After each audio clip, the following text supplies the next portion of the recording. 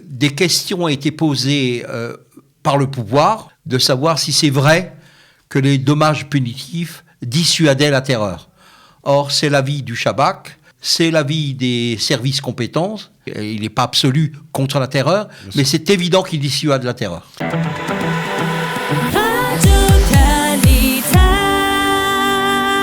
L'autorité palestinienne donne de l'argent aux terroristes emprisonnés en Israël et à leurs familles. Ce n'est pas une nouveauté, mais cette semaine, la Cour suprême a reconnu pour la première fois que ces paiements entraînaient une responsabilité dans les attentats de la part de l'autorité palestinienne.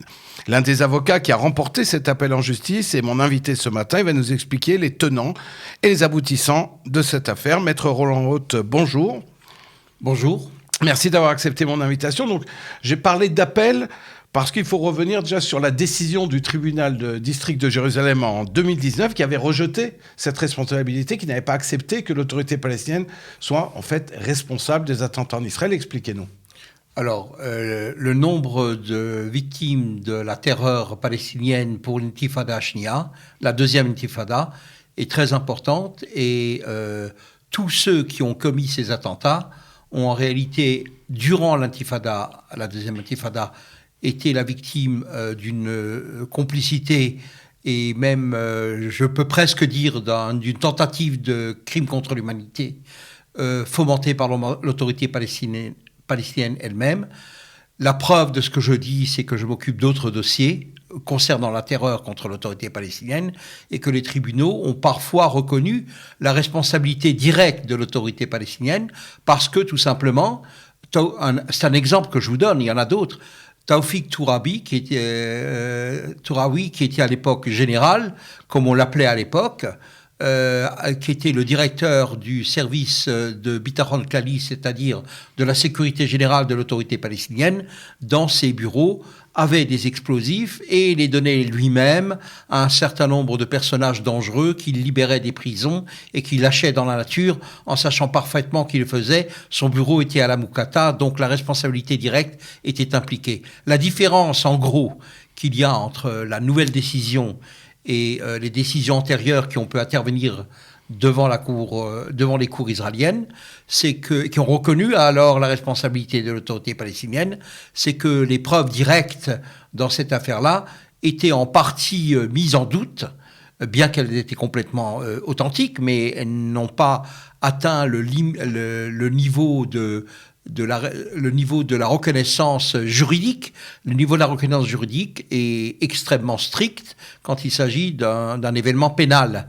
Et là, la Cour suprême a accepté, dans un appel devant elle, de discuter le point de savoir quelle est l'importance du fait que pour les victimes, les auteurs des attentats de ces victimes, pourquoi est-il rémunéré systématiquement par l'autorité palestinienne? Ce n'est pas une simple rémunération sociale, il s'agit en réalité, en hébreu on l'appellerait tagmoul terror, c'est-à-dire, à savoir, c'est une prime, puisque la prime, elle est fonction du nombre d'années de prison qu'ils obtiennent en Israël, et la prime est encore plus importante quand il s'agit de la famille de celui qui s'est fait exploser ou qui a accepté de faire un attentat suicide.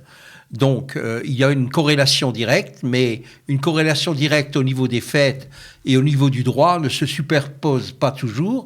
Et là, la Cour suprême, pour la première fois, a admis que le simple fait de continuer à financer de façon continue, pas de façon sporadique, si c'était une seule fois, il n'y aurait pas moyen, juridiquement parlant, de s'en servir, étant donné qu'il y a un financement continu organisé par une loi palestinienne qui encourage en réalité la terreur, est en fait un ishrour, c'est-à-dire une ratification de la terreur après coup, mais c'est une ratification quand même, mais qui de facto encourage un certain nombre de candidats à devenir terroristes de le faire puisque leur famille va être rémunérée.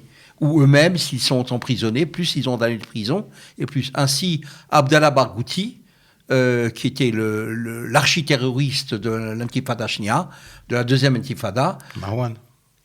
Non, je ne parle pas de Marwan Barghouti. Marwan Barghouti est un homme politique qui travaillait pour le Fatah et Abdallah Barghouti est celui qu'on appelait l'ingénieur de la terreur. C'est un homme du Hamas. Il n'a pas d'appartenance directe avec l'autorité palestinienne, mais il a été emprisonné dans ces cas-là pour ces 4 attentats dont s'est occupée la Cour dans cette affaire-là. Il les a organisés parce qu'il avait des connaissances chimiques suffisantes pour l'organiser. Et on l'appelait donc l'ingénieur. Et c'est lui qui aurait pu, qui peut déjà s'acheter une villa, la voiture la plus chère du Moyen-Orient, à partir de ce qu'il reçoit.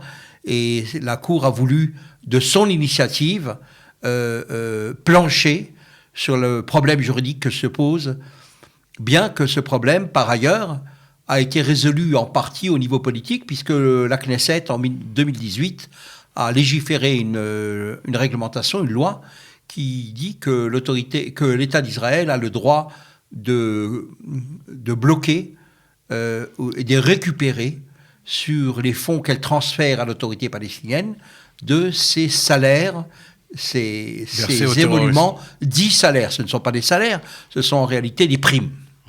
Alors, petite question, déjà, pourquoi il a fallu tellement de temps pour que la justice israélienne reconnaisse cette responsabilité ? Vous l'avez dit, la responsabilité directe, quand on savait que l'auteur de l'attentat était envoyé par quelqu'un de l'autorité palestinienne, mais finalement, ces paiements sont courants depuis des années, c'est pas un secret.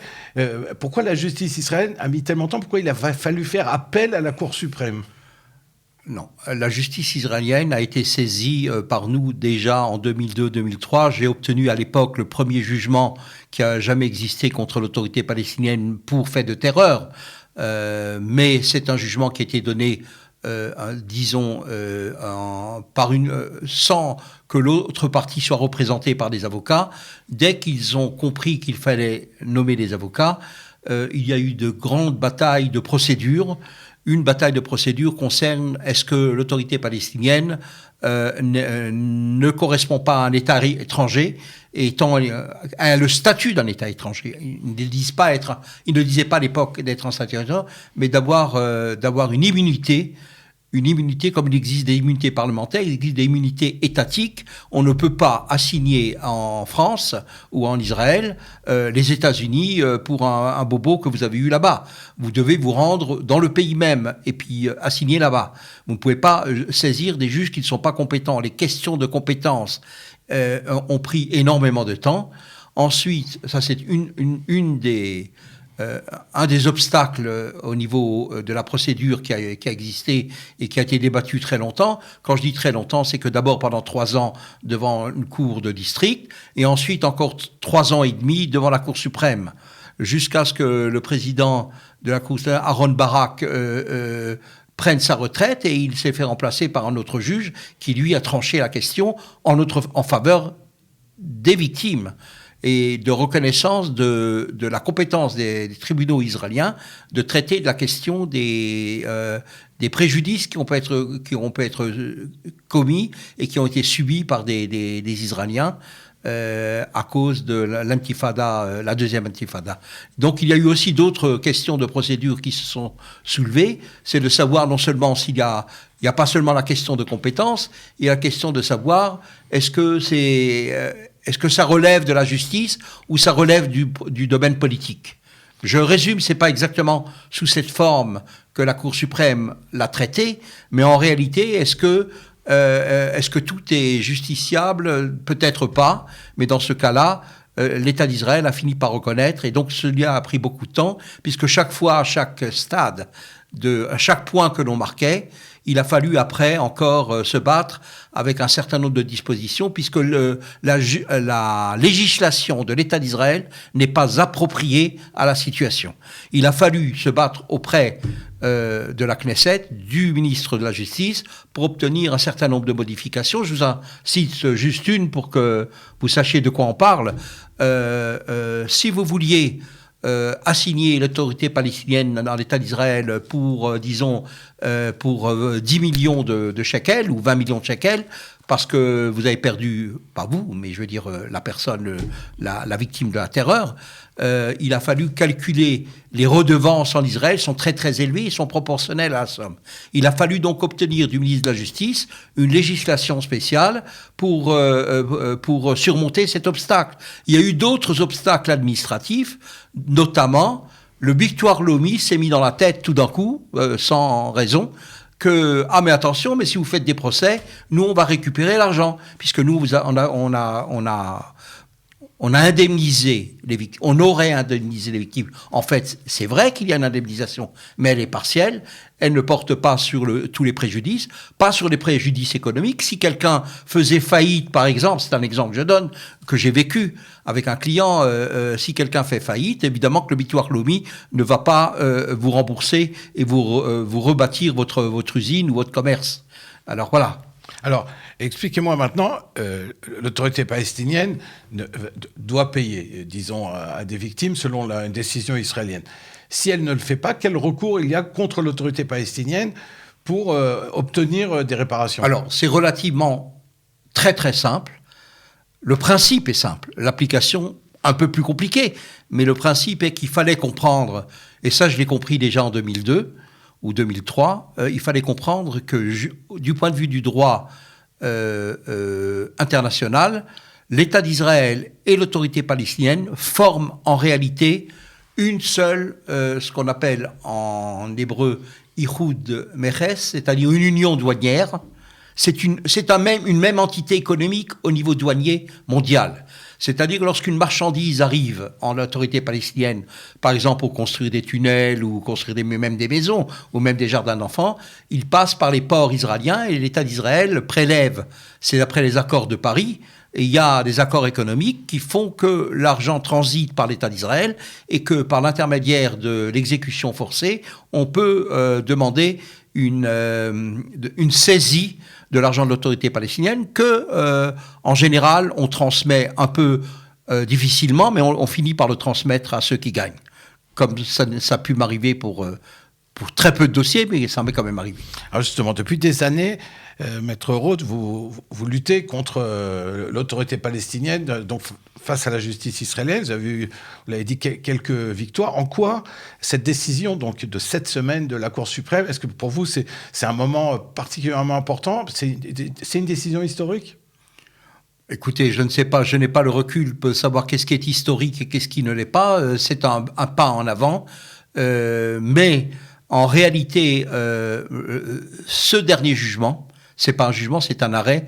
L'arrêt de la Cour suprême de l'État d'Israël ouvre la porte à un stade supérieur de simplification des procédures.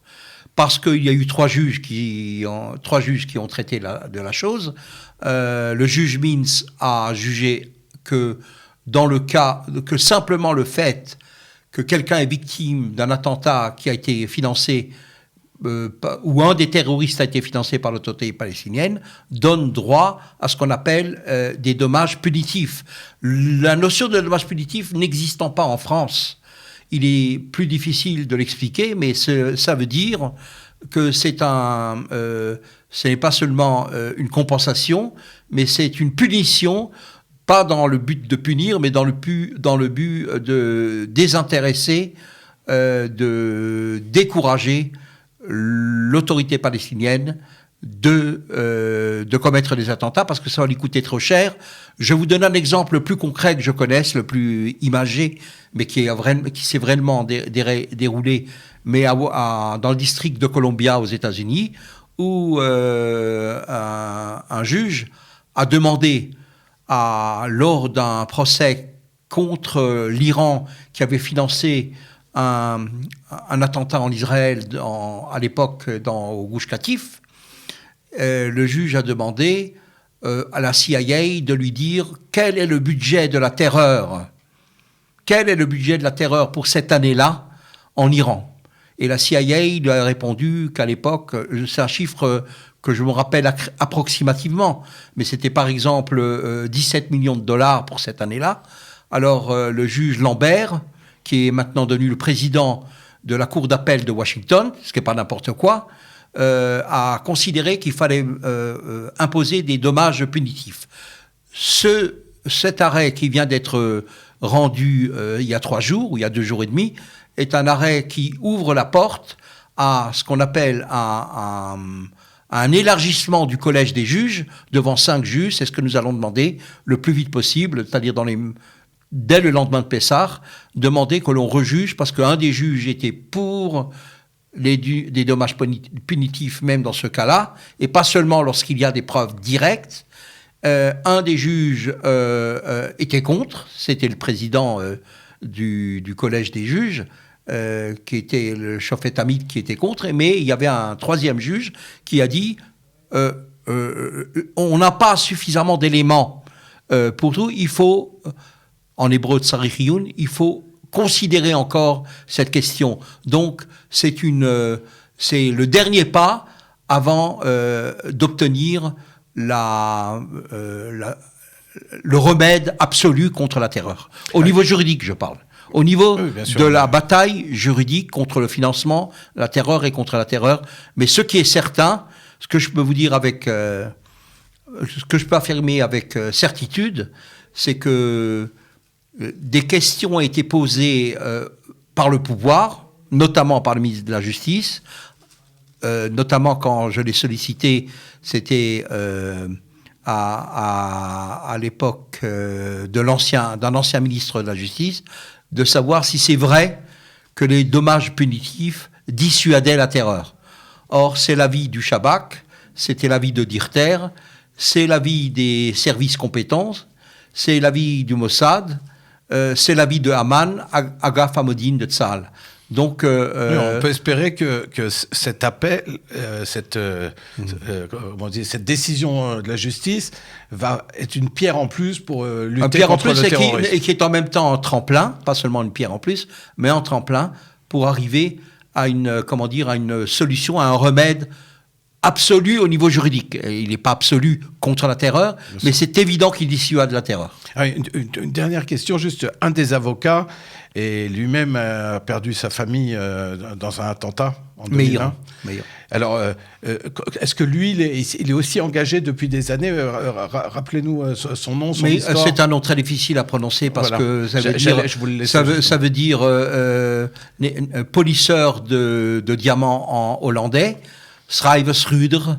C'est la famille qui a perdu ses parents et une partie de ses frères et sœurs. Alors lui, carrément, c'est l'exemple type. L'attentat à Sbarro en 2001. Oui. C'est carrément le cas type de montrer qu'il y a une similitude, quand je disais tout à l'heure, que crime contre l'humanité, dans sa famille, c'est vraiment comme la Shoah. Parce que perdre ses parents et 3 de ses frères et sœurs, c'est presque le cas extrême, mais ils ne sont malheureusement pas uniques, et ça montre bien qu'il y a Meir lui-même a fait son stage également dans mon cabinet, et il est maintenant avocat, et il pratique, mais surtout pour d'autres choses. Je vous remercie, Maître Roth, et espérant que ce genre de choses va pouvoir aider, avec vos moyens, à lutter contre le terrorisme. Je voulais juste rajouter une demi-phrase, si c'est encore possible. C'est que je n'agis pas pour des raisons politiques, mais pour des raisons de justice. Voilà. Voilà, espérons que la justice gagnera face à la justice. Merci et Chag Sameach. Chag Sameach.